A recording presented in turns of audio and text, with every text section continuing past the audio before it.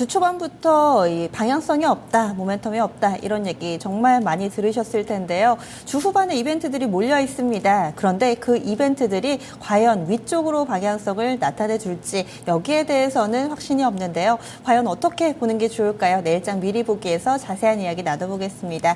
대신증권의 이경민 연구원 연결합니다. 안녕하세요. 네, 안녕하십니까? 네. 주 후반에 좀 여러 가지 미국의 고용지표라든지 금리와 관련된 좀 힌트가 될 만한 내용들 많이 준비가 되어 있는 것 같은데요. 내일 포인트는 좀 어디에 맞추고 계신가요?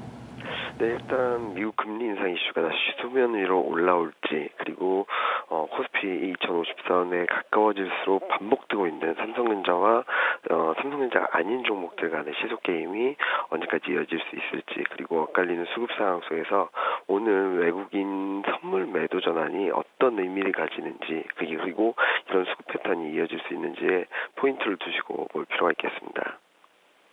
외국인의 선물 매도 전환이 어떤 의미를 가지고 있는지라는 부분이 좀 눈에 띄는데요. 말씀 듣고 보니까 진짜 선물 시장에서 굉장히 오랜만에 좀 매도가 나타납니다. 3천 계약 정도 현재 매도 우인데요. 어떤 의미인가요? 네, 10월 6일 이후 어제까지 외국인은 단 하루를 제외하고는 매일 선물 시장에서 순매수를 이어왔습니다. 이에 힘입어서 사상 최대 누적 순매수 규모를 기록했고요. 일각에서는 향후 시장에 대한 긍정적인 기대감이 반영된 것으로 볼 수도 있겠지만, 지금 현재 밸류에이션 부담이 커지고 있고 실적 불확실성은 가중되고 있는 상황에서 금리 인상 이슈에서 자유롭지 못하다는 점을 감안해봤을 때 기대감이 선반영되고, 그에 따라서 경고의 시그널이 아닌가, 소급 변화 가능성을 시사하는 부분이 아닌가라는 생각을 하고 있습니다.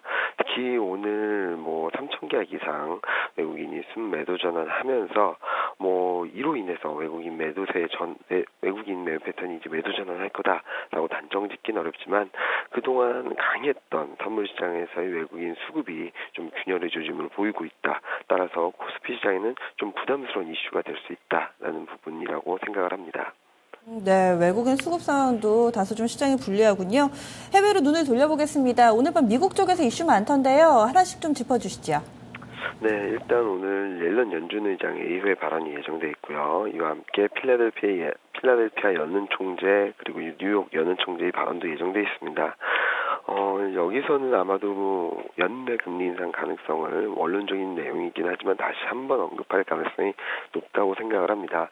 물론 천천히 금리 인상을 하겠다, 그리고 시장의 추이를 지켜보겠다, 이런 식의 시장 달래기 목소리도 나올 수 있겠지만, ADP 민감 고용 보고서가 예상치를 상회할 경우 금리 인상 이슈는 다시 한번 불거질 수 있지 않을까라는 생각을 하고 있습니다. 최근 미국 금리 인상에 대한 컨센서스가 12월 금리 인상 가능성을 50%까지 올려놓은 상황입니다. 10월 FOMC 회의 이후에 나타난 변화라고 볼 수 있겠는데요. 50%를 넘어설 경우 금리 인상에 대한 불안심이 좀 더 커질 수 있고, 이에 따라서 달러와 강세, 위험자산 약세, 이런 흐름이 나타날 수 있겠습니다. 이와 한편으로는 위안화의 IMF SDR 편입 여부도 오늘 내일 중으로 결정될 수 있지 않을까라는 생각을 하고 있는데요. 이에 따른 환율 변동성 확대 가능성도 염두에 두고 보실 필요가 있겠습니다. 네. 그리고 간밤에 국제유가가 상당히 좀 큰 폭으로 상승을 했잖아요. 이렇게 상품 시장의 큰 변동성은 우리 증시에 좀 꾸준히 영향을 미칠 만한 요인으로 좀 살펴봐야 되는 걸까요?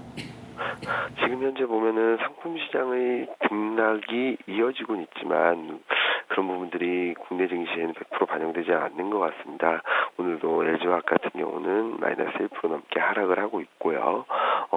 지금 현재로서는 어떤 변수보다도 수급적인 부분이라든지, 그리고 추세가 아직 형성되지 못했다는 점이 좀 부담스러운 이슈가 아닌가라는 생각을 합니다.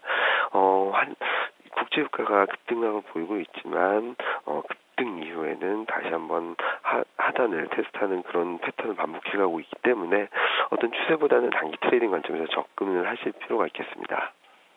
그러면 내일장 전반적으로 어떻게 전망하시는지, 그리고 이에 따른 전략도 함께 해주시죠. 네, 어제 오늘 이틀 연속 삼성전자가 약세 전환하면서 종목 장세는 좀 더 활발해질 가능성이 높지 않나라는 생각을 하고 있습니다. 하지만 2050선 안착 가능성은 쉽지 않다고 생각을 하고 있는데요.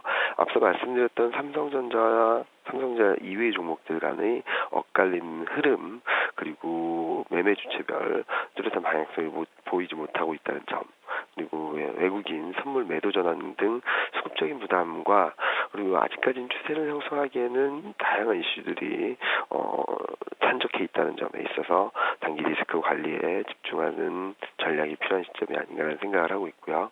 연일 2050 돌파 시도에 나서고 있습니다. 하지만 밸류에이션 부담, 실적 불확실성, 수급의 부담 이런 부분들이 시장의 상단을 막고 있는 상황이라고 볼 수 있겠는데요.